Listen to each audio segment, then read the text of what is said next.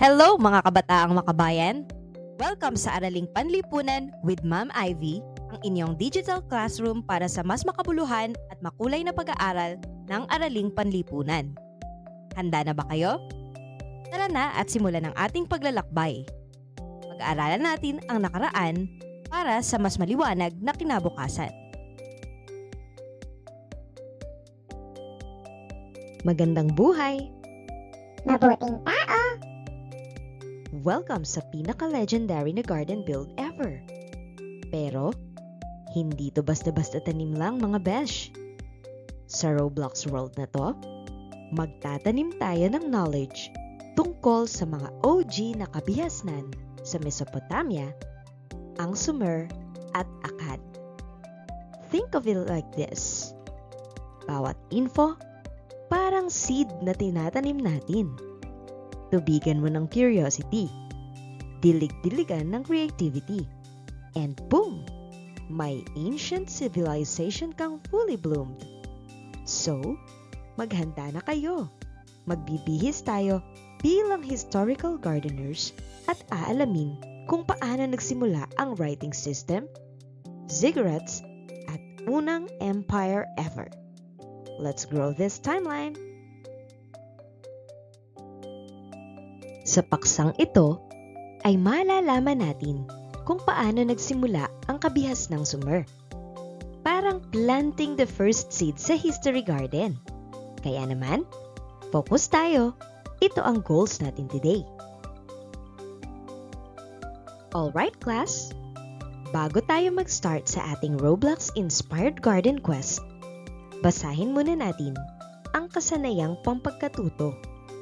I want you to repeat after me, okay? Let's go! Nasusuri ang kalagayang heograpikal ng mga sinaunang kabihasnan sa Asya at iba pang bahagi ng daigdig. Mga layunin na ipapaliwanag ng mga mag-aaral ang kahulugan ng kabihasnan at natutukoy ang mahalagang katangian ng kabihas ng Sumer at Imperyong Akkadian na umusbong sa Lambak Ilog. Naiuugnay ng mga mag-aaral ang kahalagahan ng ugnayan ng tao at kapaligiran sa pag-usbong ng sinaunang kabihasnan sa Lambak Ilog sa pagpapakita ng paggalang sa mga pamana ng sinaunang kabihasnan. Nakakabuo ang mga mag-aaral ng poster na nagpapakita ng interaksyon ng tao at kapaligiran sa pag-usbong ng kabihas ng Sumer at Imperyong Akkadian. Alright, so nice one mga Bessie! Ibig sabihin, aalamin natin kung paano naging foundation ng modern world ang mga ancient na ito. Parang garden na tumubo at nagpatuloy hanggang ngayon. So, bago tayo magtanim ng bagong kaalaman today, i-harvest muna natin yung mga naitanim na natin last time. Kaya naman, it's review time, i-level up mo na yan. Whisper Chain, Pangea. Bumuo ng dalawang linya ng mga mag-aaral, Team A at Team B. Bibigkasin ng guro ang isang tanong o ideya sa unang bata sa bawat linya. Ipapasa ito ng pabulong hanggang sa huling bata. Ang huling bata ang magbabahagi ng narinig. Iko-compare ito ng guro sa orihinal na tanong o sagot. At bibigyan ng puntos kung tama o halos tama ang sagot. Welcome mga historical gardeners! Ngayong araw, hindi lang tayo basta magre-review. Maglalaro, matututo, at magle-level up tayo sa kaalaman. Ready na ba kayo sa ating AP Garden Quest? Game na besh! Simulan natin to. Welcome to Salitang Gulong-Gulo Activity. Ayusin ang mga letra upang mabuo ang tamang salita na kaugnay ng ating aralin. Ang hint, may kinalaman ito sa kabihas ng Sumer at Imperyong Akkadian. So, ready na ba kayo, class? Start tayo sa number 1. Ito ay mataas na antas ng pamumuhay na may organisadong pamahalaan, ekonomiya, at kultura. Bibigyan ko kayo ng 5 segundo upang isipin ang tamang sagot.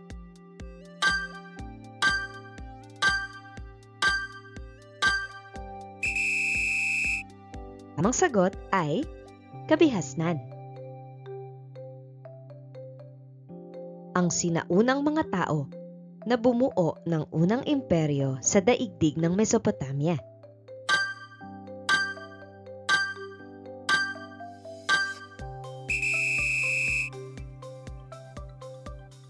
Ang tamang sagot ay Akkadians.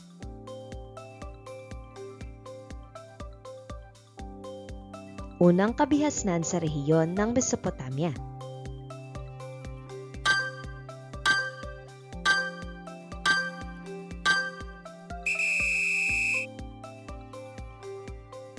Ang tamang sagot ay Sumer.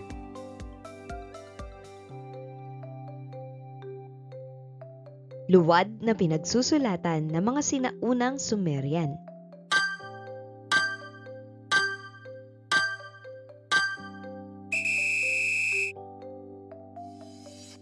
Ang tamang sagot ay tablet. Ito yung tawag sa luwad na pinagsusulatan ng mga Sumerian gamit ang stylus. Parang iPad nila nung ancient times, pero gawa ito sa clay. Sistema ng pagsulat ng mga Sumerian gamit ang matulis na bagay.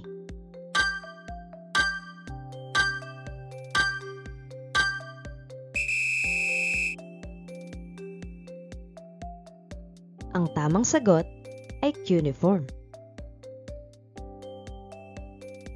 Nag-init na kaya ang mga utak sa review at games? Now, it's time to dig deeper. Parang tunay na historical gardeners. Ready na? Let's explore! Tara, alamin natin to ng mas malalim. Ano ang kabihasnan? Ang salitang kabihasnan ay mula sa salitang ugat na bihasana. Ang ibig sabihin ay eksperto o sanay. Pag sinabi nating kabihasnan, ito yung may maayos na sistema ng pamahalaan. May edukasyon at wika. May relihiyon, sining, agham, at teknolohiya. May pamumuhay rin na organisado at may batas. Isipin nyo, Minecraft na may base, may economy, at rules. Hindi na to jungle life. Sabayan nyo nga akong basahin. Ready? Ito ay tumutukoy sa nakagawiang pamumuhay ng maraming tao na kasama ang wika, kaugalian, paniniwala, at sining.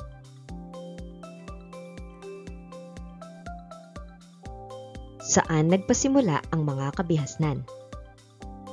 Umusbong ang mga unang kabihasnan sa mga lambak ilog. Isa sa pinakamaagang kabihasnan ay sa Mesopotamia, na ngayon ay bahagi ng Iraq. Matatagpuan ito sa tinatawag na Fertile Crescent, isang matabang lupain na angkop sa agrikultura.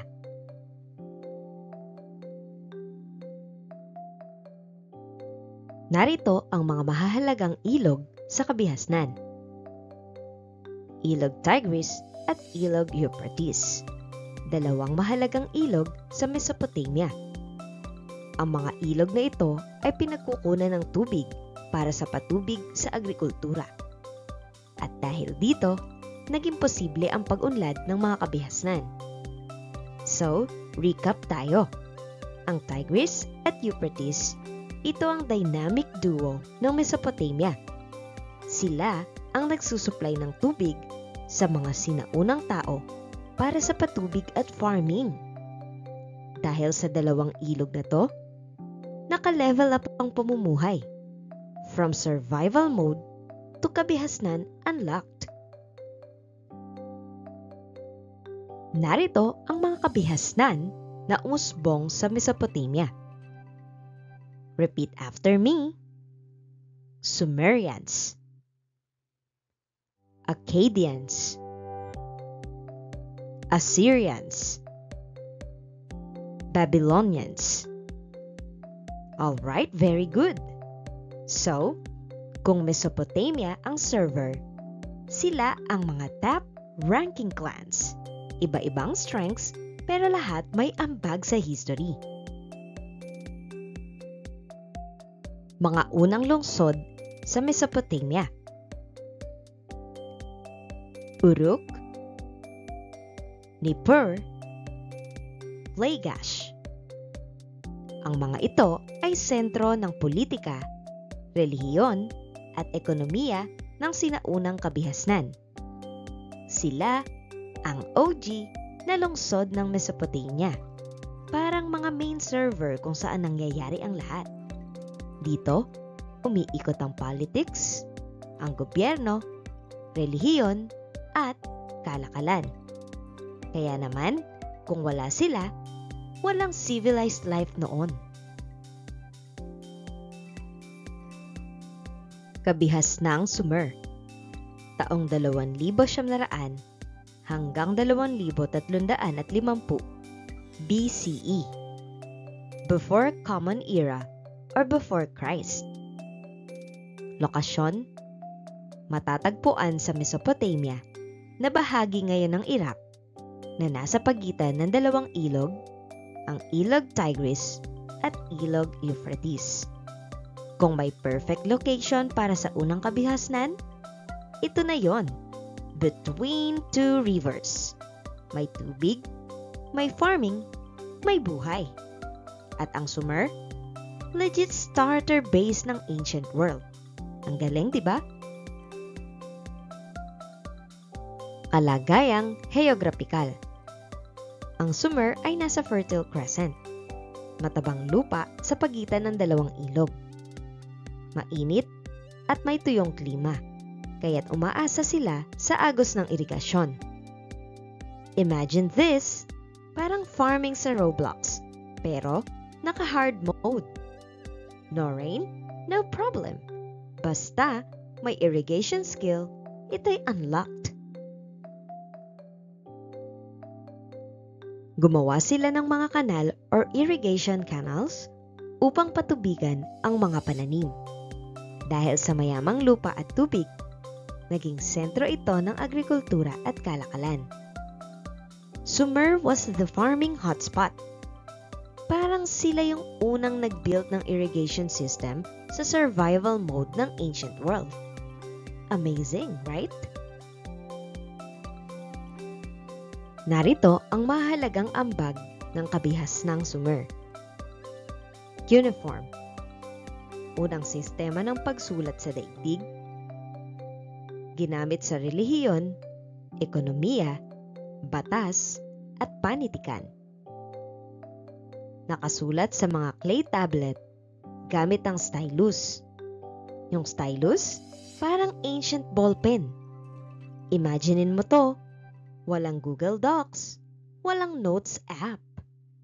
Nag-uukit sila sa putik para mag-record ng important info. Sila ang OG content creators ng ancient world. Sistemang panirahan at istruktura. Mga unang lungsod ay ang Ur, Uruk at Eridu. Parang mga OG city builds ng ancient world. May sariling gobyerno, kalakalan at kultura. Ang ziggurat, parang temple tower sa gitna ng lungsod at sentro ng relihiyon at paniniwala, parang built-in flex nila sa mga Diyos. Imaginein mo to, may central hub ang lungsod pero hindi mall, kundi ziggurat na parang ancient skyscraper para kay God. At yung mga lungsod nila, literal na server ng kabihasnan. Pagbagsak ng kabihasnang Sumer. Bumagsak ang Sumer nang sakupin sila ng mga Akkadians. Pinamunuan ng Sargon the Great na lumawak ang imperyo. So, what happened, Bella? Na-take over ang Sumer ng mga Akkadians. Si Sargon the Great ang namuno sa pananakop at ginamit niya ang power para pag-isahin ang mga lungsod-estado. At ang resulta? End of Sumer. Start na ng Akkadian Empire. Literal na game over para sa mga Sumer nang dumating si Sargon. Parang base na na-raid sa survival mode. Pero don't worry, naging part sila ng next level. Ang unang imperyo sa history. Imperyong Akkadian. Ikatlong milenyo BCE. Itinatag ni Sargon the Great ang OG conqueror ng Mesopotamia, unang empire builder in history, at ang lokasyon sa Akkad, sa hilagang bahagi ng Mesopotamia. Malapit sa Sumer, pero mas pa-north pa. Expansion goals to. Next is ang panahon ng pag-iral. 2334 BCE hanggang 2154 BCE. Sila ang trendsetter ng empires. More than 150 years of flex. Kung si Sargon ay nasa Roblox, tiyak na siya yung may pinaka-level up na base na kinontrol ng buong server. At ang Akkadian Empire, ito yung unang legit world boss sa history. Kalagayang heograpikal ng Imperyong Akkadian. Saan ito matatagpuan? Matatagpuan ito sa hilaga ng Sumer, sa loob pa rin ng Mesopotamia na ngayon ay bahagi na ng kasalukuyang Iraq. Napapaligiran ng ilog Tigris at Euphrates, kaya naman, perfect spot para sa pagsasaka at kabuhayan. May sapat na tubig, ang ibig sabihin, may supply ng pagkain, kaya naman, matatag na imperyo. Imaginein mo to, location-wise, at panalo na agad si Sargon. May tubig, may taniman, may power. Empire unlocked! Dito naman, pag-uusapan natin ang rise and fall ng Imperyong Akkadian. Bakit naging powerful? Siyempre, naging sentro ng kalakalan dahil konektado sa iba't ibang lungsod-estado.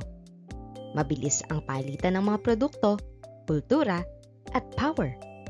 Literal na sila ang marketplace ng Mesopotamia. At bakit humina? Yung tagtuyot or drought? Nagkaroon ng food shortage. Kaya naman, stressed ang citizens. At meron din, pananalakay ng mga dayuhan. Defense breakdown. Parang nalag ang empire. Sabay sinugod ng enemies. GG! Good gain nga mga besh. Nag-start sila sa stop. Pero dahil sa nature plus war, tuluyan ding bumagsak ang empire ni Sargon. Hindi sapat ang power pag walang stability mga besh. Ang Imperyong Akkadian ay ang unang malawak na imperyo sa daigdig. Si Sargon the Great, siya ang nagpasimula ng empire life sa history. Pinag-isa niya ang mga lungsod-estado ng Sumer under one rule. At hindi lang yon, sinakop din niya ang mga lugar tulad ng Ebla. Total map domination to bash. Kung si Sargon ay gamer, siya na ang top rank. From Sumer to Ebla, lahat kinaya niyang i-unite. Kaya tawag sa Akkadian, first ever mega empire in real life. Ang layunin ni Sargon the Great? Siyempre, ang palawakin ang teritoryo. Para ano? Para ma-dominate ang buong Mesopotamia at makakuha ng yamang likas tulad ng mahalagang bato at hiyas. Hindi lang basta lupain ang goal, kundi resources din. Sargon was in full conqueror mode at ang goal niya, more land, more loot, more legacy. Kaya siya ang OG empire builder ng ating daigdig.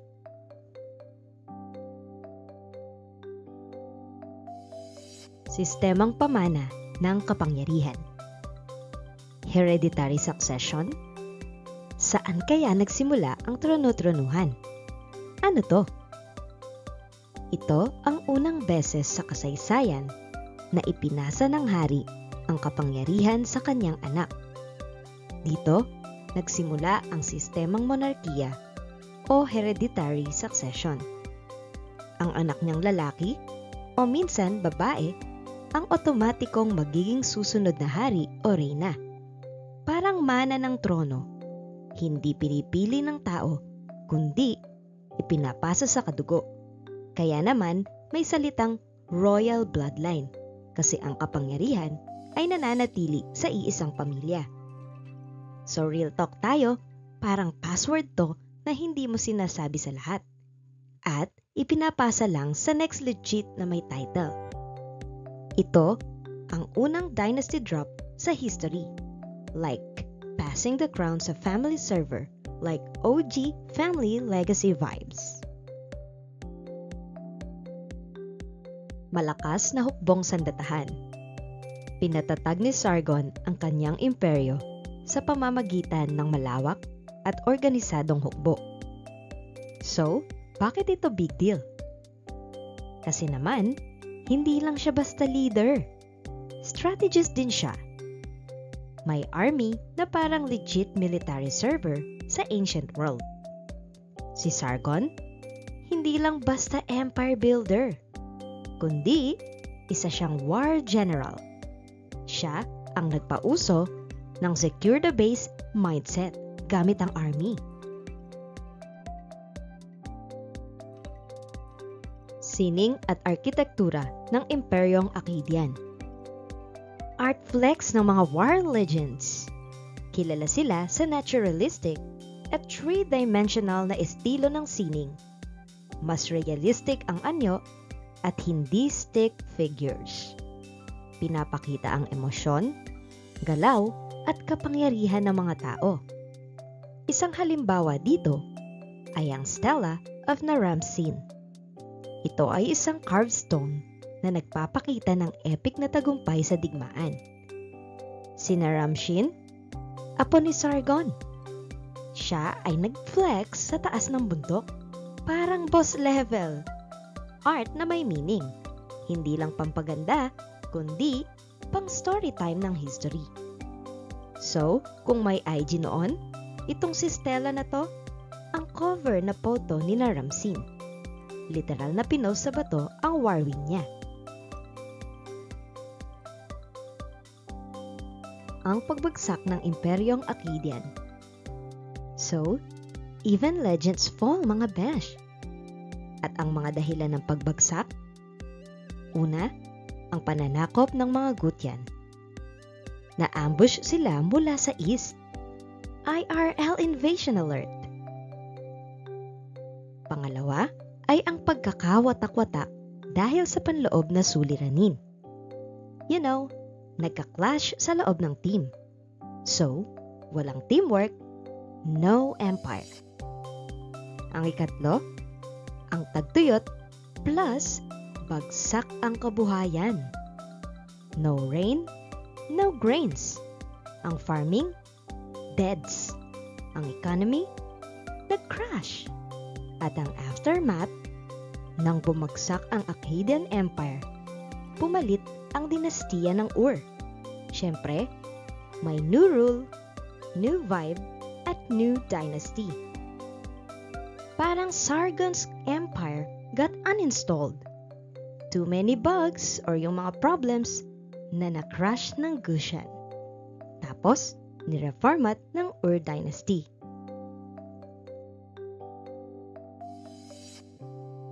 Let's activate the learning by doing mode.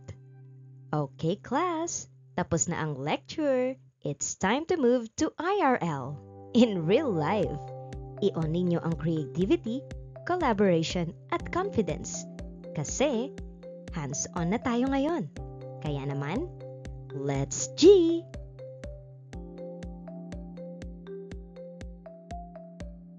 Draw your history mga Bessie.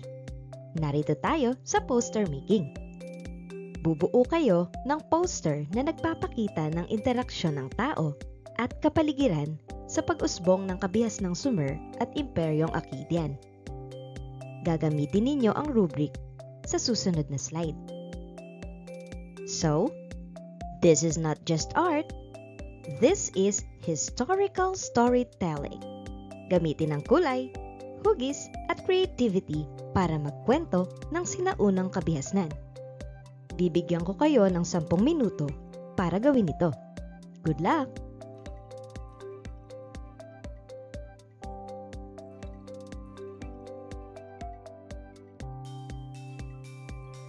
Reminder lang, gagamit kayo ng rubric sa paggawa ng poster. Kaya naman, make sure na bawat kulay, bawat drawing, bawat detalye ay may saysay at pasok sa criteria. Pwede ninyong i-pause ang video o balikan ng slide para mabasa ang buong rubric. Dapat seryoso tayo sa creativity. Pero, mas seryoso tayo sa meaning ng gawa nyo. Kaya good luck! And now, let's apply what we learned. Sabay-sabay nating i-practice ang natutunan. It's time for Larawan Mo, Kwento Ko. Usapang sulat tayo ng sinaunang sistema ng pagsulat. Unang tanong, ano ang napapansin ninyo sa sulat na ito? Tingnan mabuti ang picture. Para ba tong may patterns? O mukhang triangle? Mukha rin ba tong secret code? Alright, isipin ang tamang sagot. Ikalawang tanong, katulad ba to ng sulat natin ngayon? At ano ang pagkakaiba? Parang alphabet versus symbols? Ballpen versus stylus? Papel versus clay? Ikatlong tanong, kung ikaw ay nabuhay noong panahon ng Sumerian, kaya mo kayang magsulat gamit ang cuneiform? Bakit? Carry ba ng chisel life? O mas gusto mong mag-type na lang sa Google Docs? Nakakatuwang isipin na nagsimula sa ganito ang writing system natin ngayon. Hindi man madali, pero super important ang cuneiform. Kasi kung walang ancient sulat, walang recorded history. Walang tula, walang TikTok ng sinaunang buhay. Let's see if your brain is still full tank. Time to check kung solid talaga ang memory nyo sa lesson na to. Ready na ba kayo? Huwag mag-alala, walang pressure. Pampainit lang to ng utak bago ang real quiz. Sino kaya sa inyo ang nakakaalala?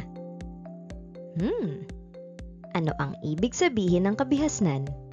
At paano ito ipinakita ng mga Sumerian at Akkadian? Bibigyan ko kayo ng 10 seconds para sabihin ang tamang sagot. Siyempre, hindi kailangan perfect. Basta galing sa puso at utak mo, besh. Timer starts now.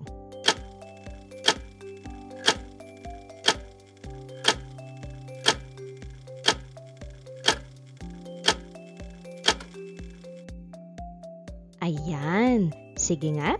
Sinong nakaisip? Mama ko pa! Alright. So, ano daw ang kabihasnan? Ang kabihasnan ay isang organized at maunlad na society kung saan may sariling sistema sistema ang mga tao, ma'am. Kaya, kagaya ng gobyerno, relihiyon, wika, sining, batas, at teknolohiya po, ma'am. Very good, okay? So ano pa ba yung iba ninyong sagot? Pakinggan natin ang inyong mga kaklase.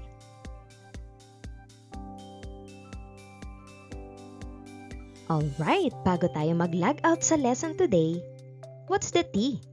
Ang ibig sabihin, anong chika ng utak mo? At ano ang pinaka-natandaan mo sa Sumerian at Akkadian? Ano kaya yung mga ambag nila at pinaka-nakakawaw sa'yo?